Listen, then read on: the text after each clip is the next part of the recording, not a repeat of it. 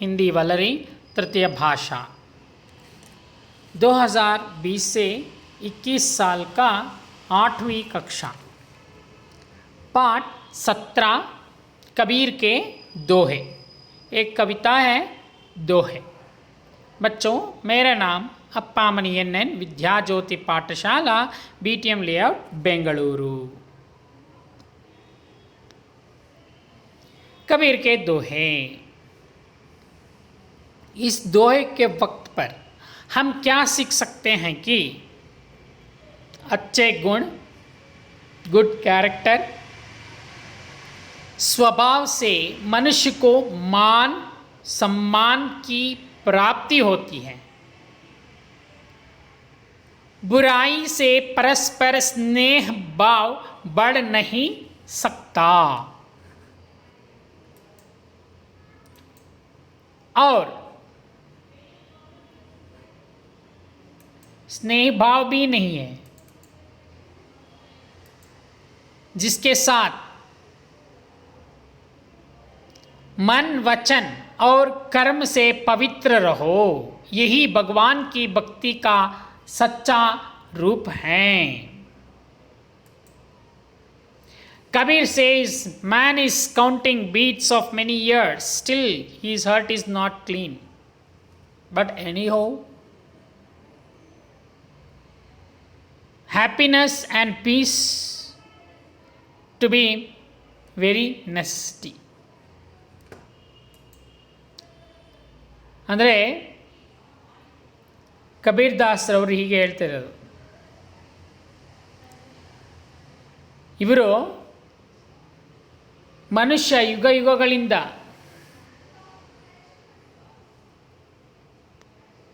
ಒಳ್ಳೆ ಗುಣ, अच्छे गुण स्वभाव से मनुष्य को मान सम्मान की ಪ್ರಾಪ್ತಿ होती है. ಒಳ್ಳೆ ಗುಣಗಳಿಂದ ಮನುಷ್ಯನನ್ನ ಮನಸ್ಸನ್ನು ಸಮ್ಮಾನಗೊಳಿಸುವುದಕ್ಕೆ ಇದು ಒಲಿವಾಗತ್ತೆ. ಬುರಾಯಿ ಸೆ ಪರಸ್ಪರ, ಸುಳ್ಳು ಕೆಟ್ಟ ಅವಗುಣಗಳಿಂದ ಏನಾಗುತ್ತೆ, ಸ್ನೇಹ ಅದು ಮುಂದುವರಿಸೋದಕ್ಕೆ ಆಗೋದಿಲ್ಲ, ನಹಿ ಸಕ್ತಾ. ಮನ್ ವಚನ್ ಅಂದರೆ ಮನಸ್ಸು, ವಚನ ನಾವು ಶಬ್ದ ಏನು ಮಾತನಾಡ್ತೀವಿ ಅದು, ಮತ್ತು ಕರ್ಮ ಕೆಲಸ.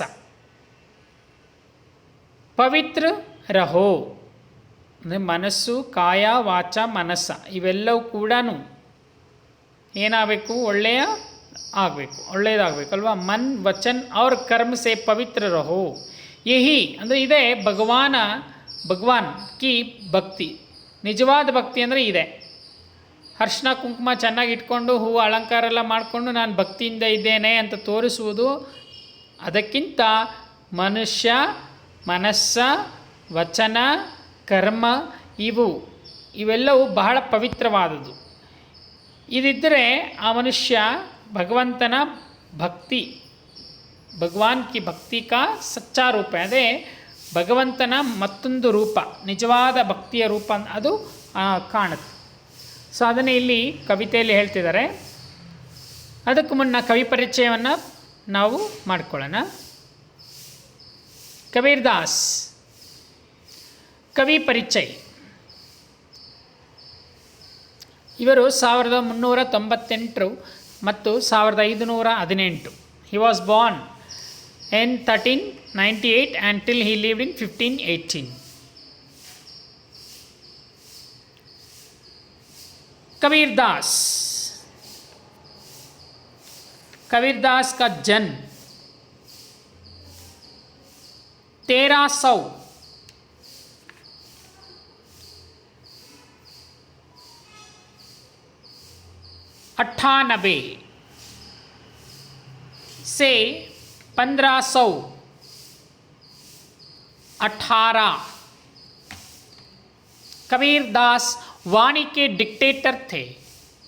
नीरू नीमा नामक मुसलमान जुलाहे परिवार में उनका पालन पोषण हुआ.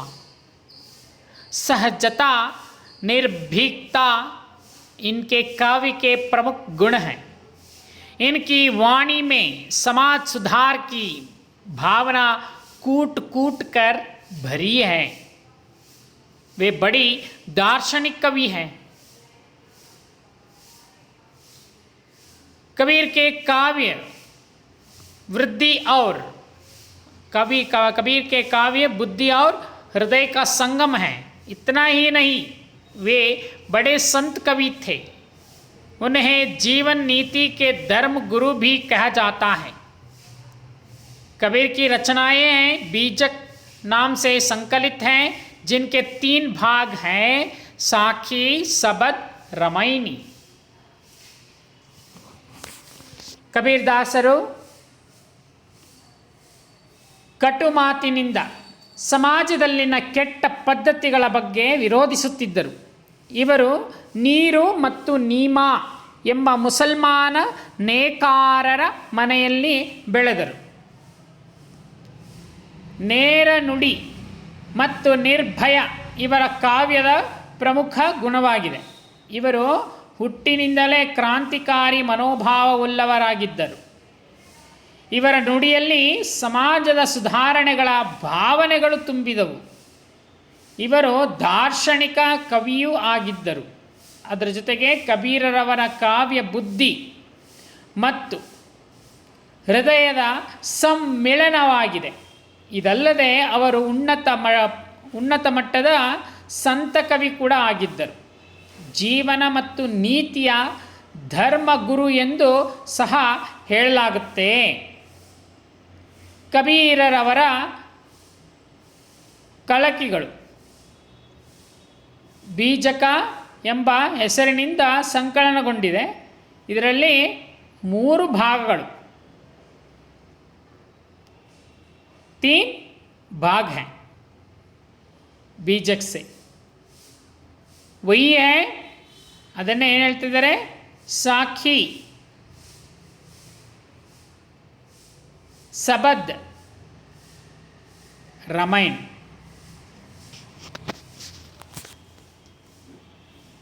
ठीक है बच्चों, यही है कवि का परिचय. इनका माता पिता, जो पिता का नाम है नीरू, नीमा माता, ये दोनों मुसलमान जुलाहे के परिवार में उनका पालन पोषण हुआ, नामक. ठीक है, कविता देखेंगे.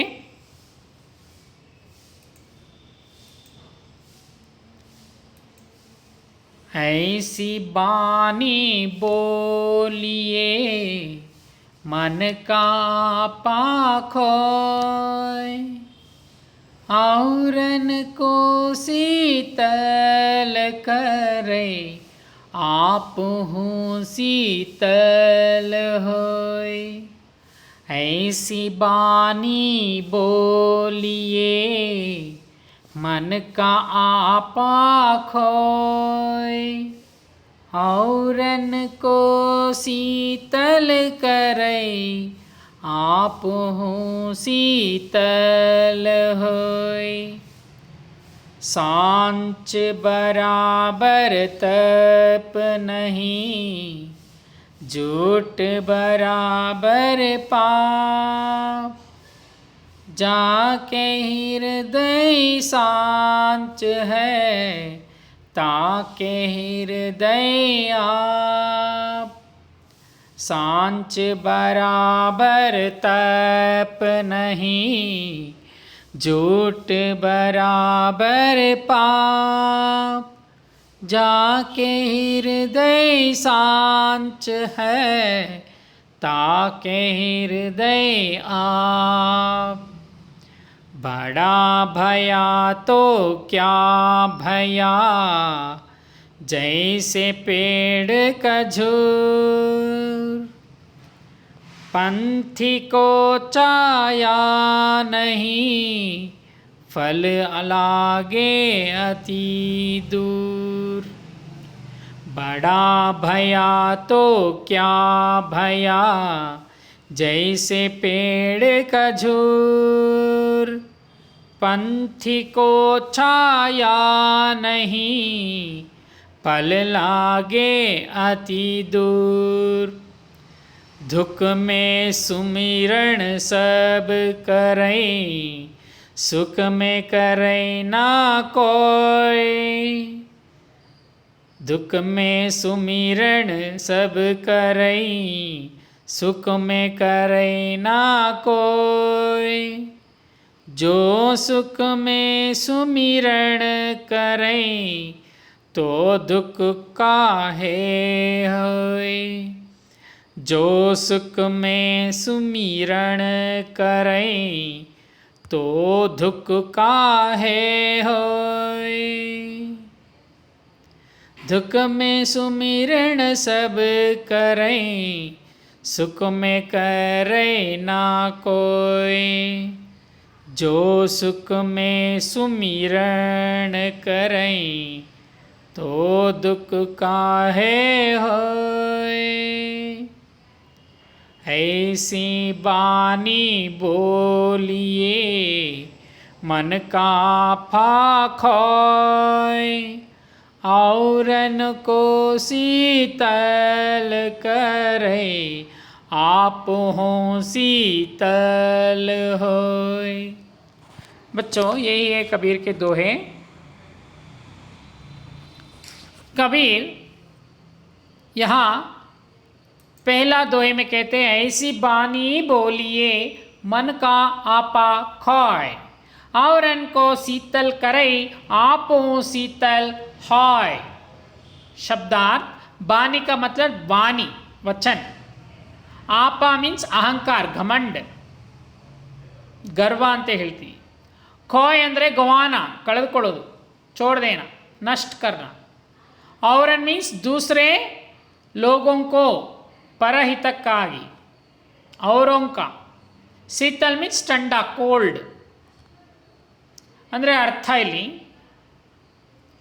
कबीर कहते हैं पहले में, ऐसी बानी बोलिए। कबीर कहते हैं कि आप ऐसे वचन बोलिए जिससे आपका अहंकार, मन का आपा कोई मीन्स जिससे आपका अहंकार मिट जाए। आपकी बोल से दूसरों को शीतलता मिल और अपना मन भी शीतल हो जाए।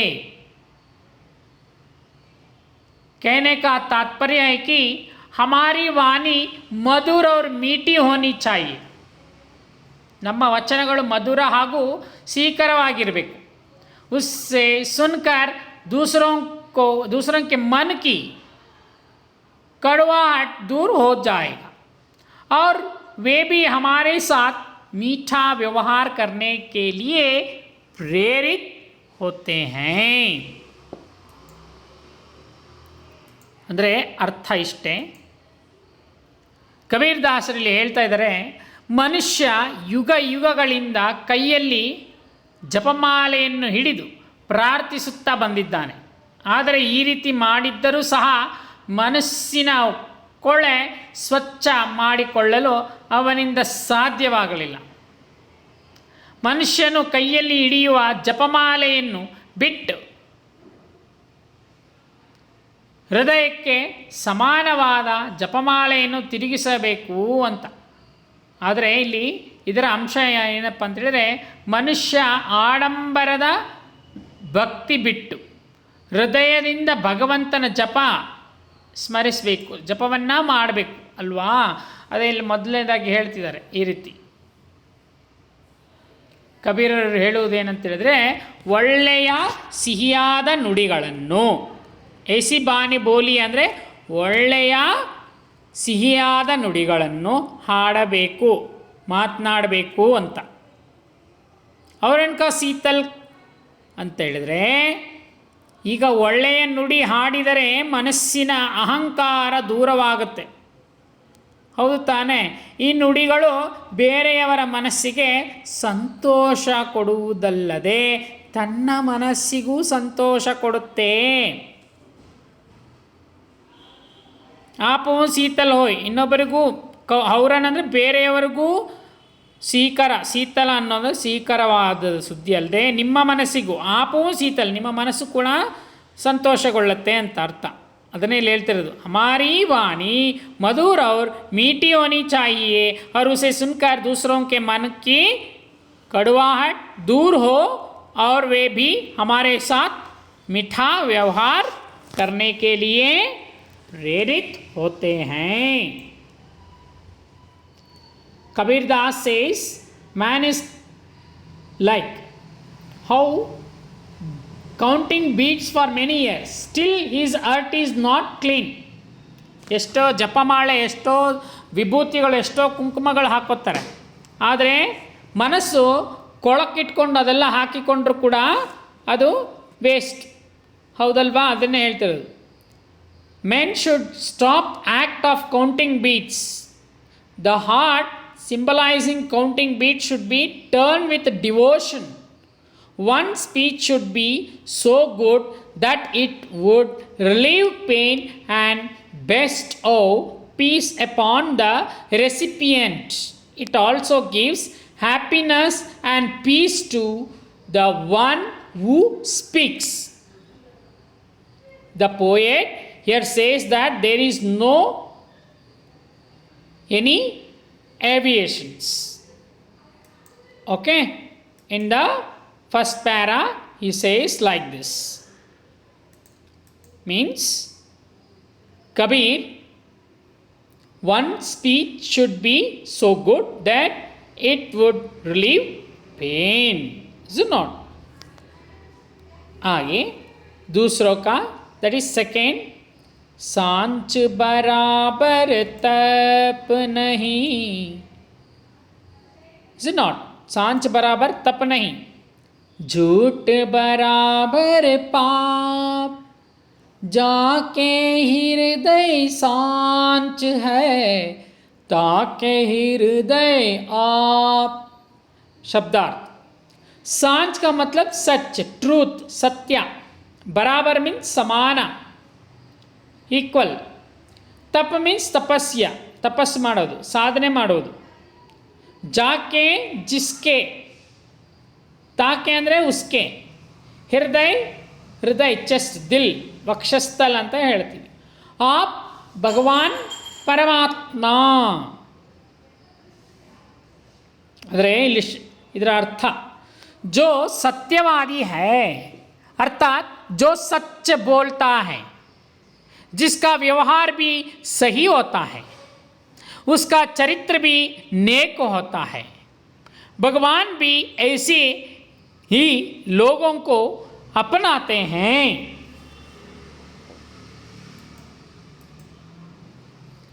ಅಂದರೆ ಇಲ್ಲಿ the poet here says that there is no meditation other than the truth.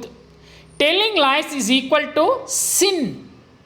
God resides in the heart of people who always speak the truth. A dead tree is of no use even it is tall.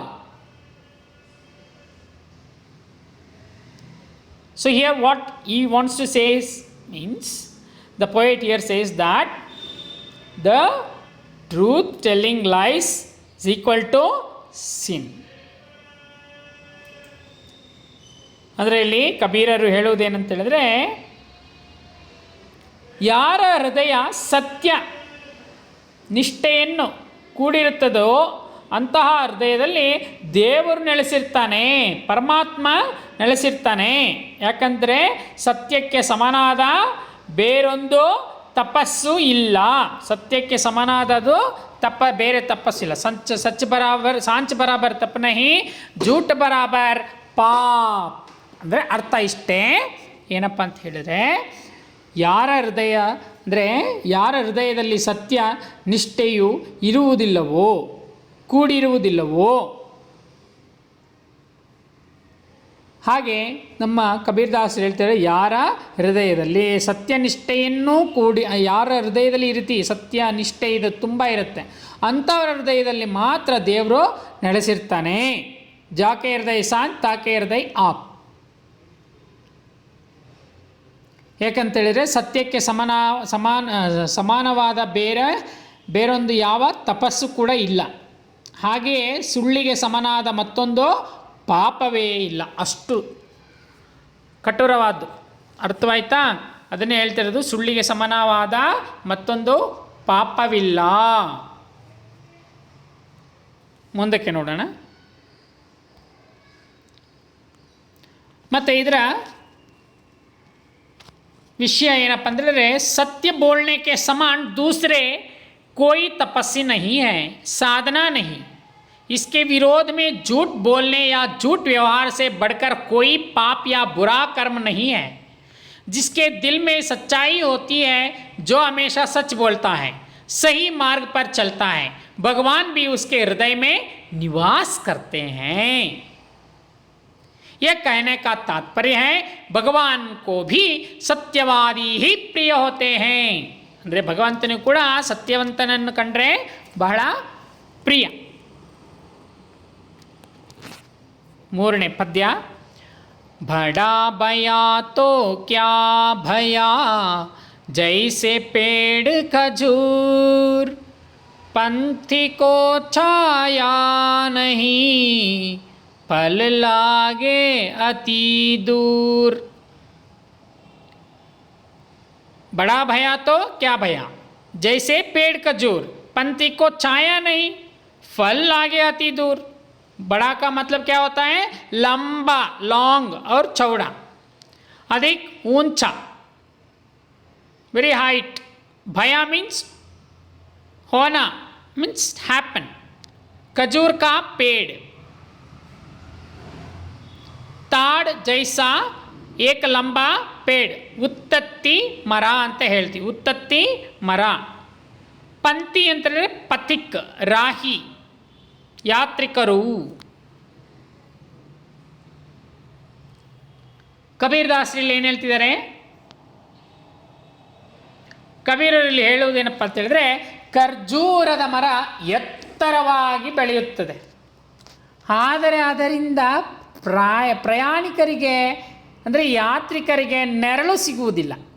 ಹಾಗೆಯೇ ಅದು ಎಷ್ಟು ಹಣ್ಣು ಬಿಟ್ಟರೂ ಕೂಡ ಕೈಗೆ ಸಿಗದೆ ತಿನ್ನಲಿಕ್ಕೆ ಸಿಗುವುದಿಲ್ಲ. ಇದರ ಭಾವಾರ್ಥ ಅಂತ ಹೇಳಿದರೆ, ಶ್ರೀಮಂತರು ಎಷ್ಟೇ ಹಣವನ್ನು ಕೂಡಿಟ್ಟುಕೊಂಡಿದ್ದರೂ ಕೂಡ ಅದನ್ನು ಯಾರಿಗೂ ದಾನ ಮಾಡದೆ ಇದ್ದರೆ ಅದರ ಪ್ರಯೋಜನವಾಗುವುದಿಲ್ಲ. ಹೌದಲ್ವಾ? ಇಲ್ಲಿ ಜಿಪುಣ ಶ್ರೀಮಂತರನ್ನು ಖರ್ಜೂರದ ಮರಕ್ಕೆ ಹೋಲಿಸಿಬಿಟ್ಟಿದ್ದಾರೆ.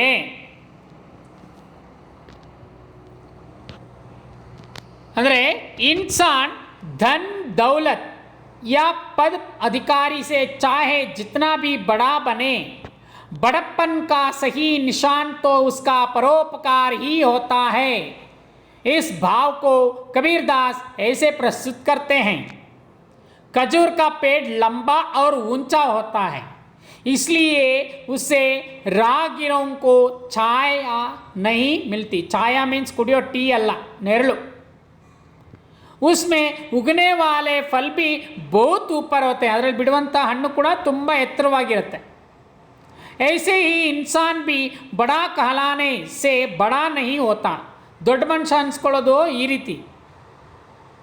ಅಂದರೆ ದೂಸರೋं के लिए ಉಪಯೋಗಿ ಹೋನ, ಅಂದರೆ ಇನ್ನೊಬ್ಬರಿಗೆ ಉಪಯೋಗ ಆಗಿರಬೇಕು, ಅವಾಗ ಅವನು ದೊಡ್ಡ ಮನುಷ್ಯ ಅನ್ಸ್ಕೊತಾನೆ. ವ ಮಹಾನ್ ಬನ್ ಸಕ್ತೆ ಹೈ, ಅವಾಗ ಅವನು ಮಹಾ ಅಂತ ಹೇಳ್ತೀವಿ.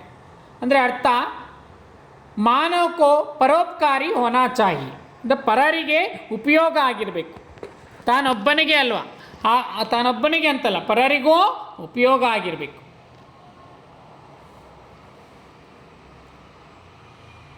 Means here Kabir Das says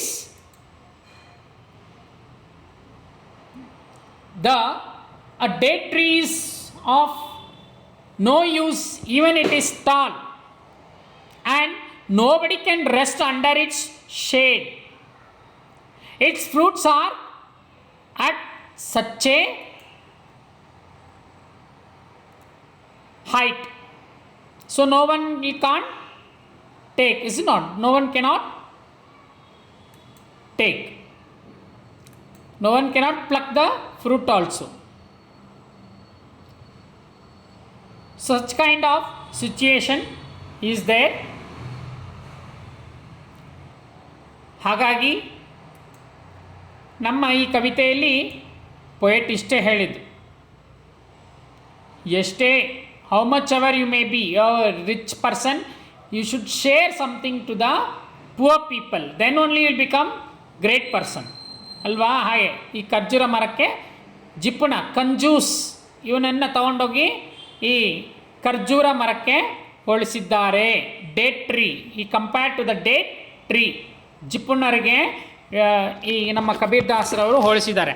ಎಲ್ಲ ತೊಗೊಂಡೋಗಿ ಕೂಡಿಟ್ಕೊಳ್ಳೋದು, ಬೇರೆಯವರಿಗೆ ಉಪಯೋಗ ಬಾರದೆ ಅಲ್ವಾ, ಇನ್ನೊಬ್ಬರಿಗೆ ಉಪಯೋಗ ಬರಬೇಕು, ಹಾಕ್ತಾನೆ ಅವನು ಸಾರ್ಥಕತೆಯನ್ನು ಹೊಂದ್ತಾನೆ ಅನ್ನೋದ್ರಲ್ಲಿ ಇಲ್ಲಿ ಕವಿ ಹೇಳ್ತಾ ಇದ್ದಾರೆ. ಮುಂದಕ್ಕೆ ನೋಡೋಣ.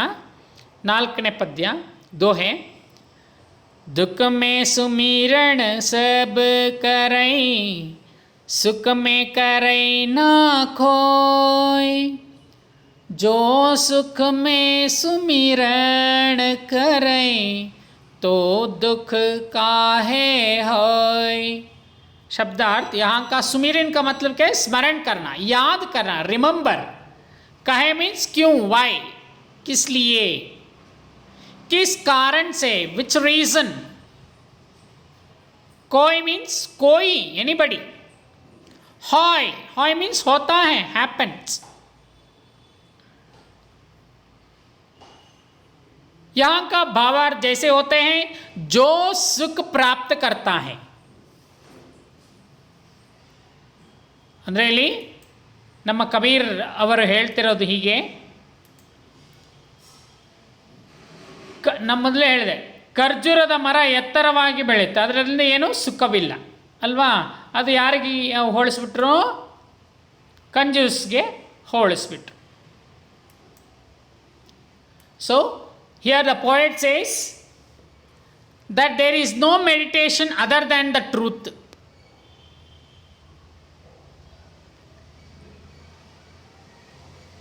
Is it not? The previous para he said its fruit are at such a great height that no one could try to of taking them. ನಾವು ಆ ರೀತಿ ಆಗಬಾರ್ದು, ಫಲಾನುಭವಿಗಳಾಗಿರಬೇಕು, ಹೌದಲ್ವಾ.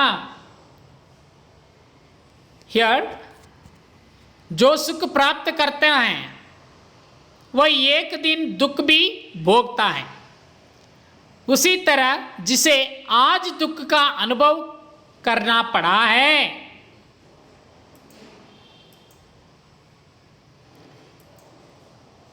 दुख में सुमिरन सब करें, दुख में करे ना कोई, जो सुख में सुमिरन करें तो दुख काहे होय.